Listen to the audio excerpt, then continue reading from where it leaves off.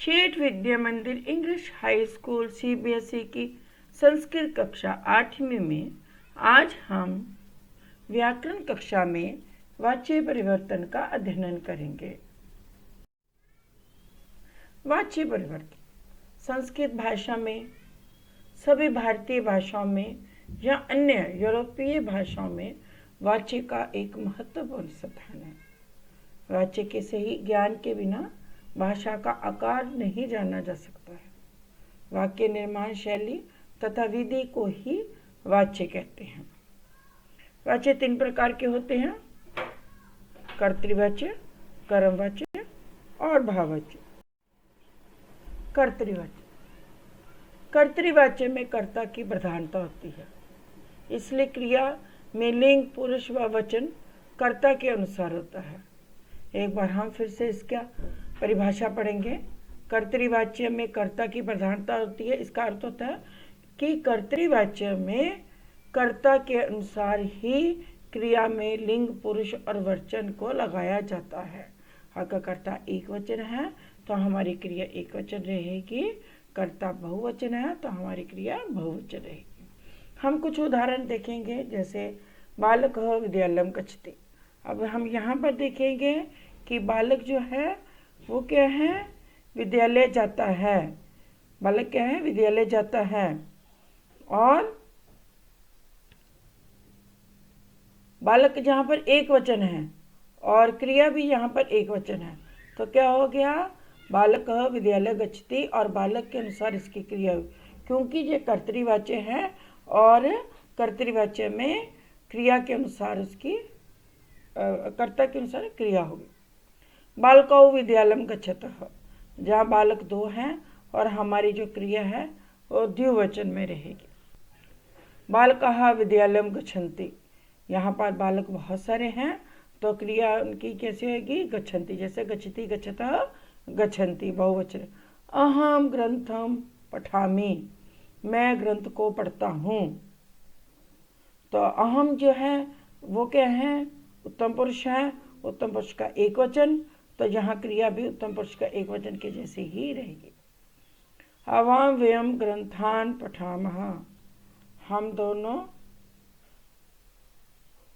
हम सब ग्रंथ को पढ़ते हैं, तो इसका मतलब हम सब हो गया।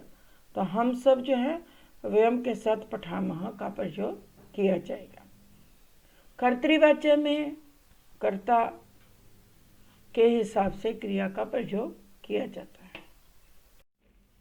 जैसे कहा भी गया है, कर्तृ प्रथमा जत द्वितीय अथ च कर्मणि, कि कर्ता में प्रथमा और कर्म में द्वितीय विभक्ति होती है।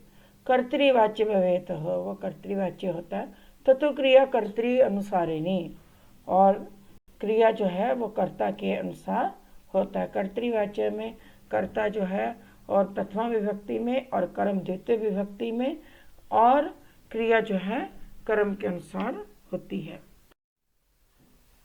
कर्मवाच्य, इसमें कर्म की प्रधानता होती है, अतः क्रिया में लिंग, पुरुष व वचन कर्म के अनुसार होते हैं। इसका अर्थ यह है कि कर्म की प्रधानता का अर्थ होता है कर्म के अनुसार क्रिया होती है।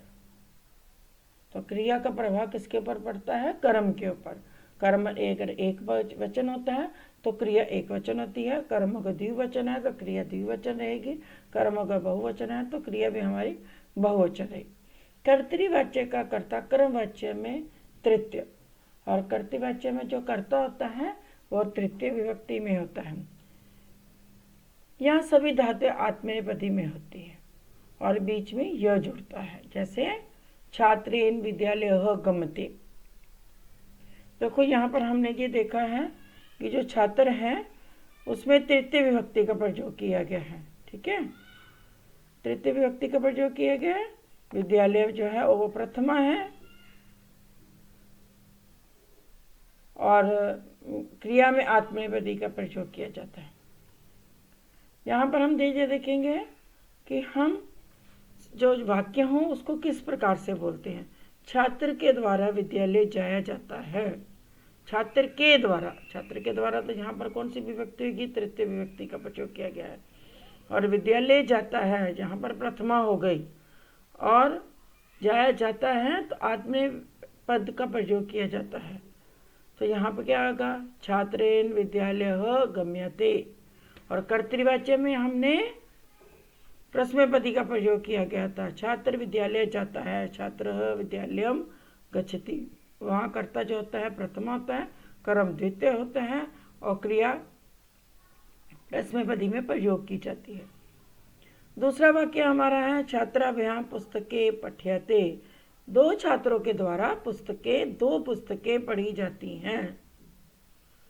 तो यहाँ पर भी हम ये देख रहे हैं पुस्तकें जो हैं द्यो हैं और दो छात्र दो पुस्तकें पढ़ी जाती हैं, पठ्यते। तो द्विवचन का प्रयोग किया गया, दो छात्रों के द्वारा दो पुस्तकें पढ़ी जाती हैं। अस्माभ्याम पद्यानि पठ्यन्ते, हमारे द्वारा पद पढ़े जाते हैं।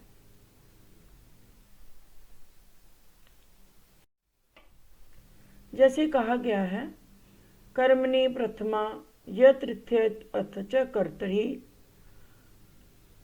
कर्म में प्रथमा और जो कर्ता है वो तृतीय में प्रयोग होता है।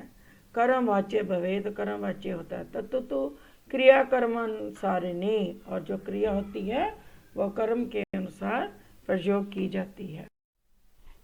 आज की व्याकरण कक्षा में हमने वाच्य परिवर्तन में कर्तृवाच्य और कर्मवाच्य का अध्ययन किया।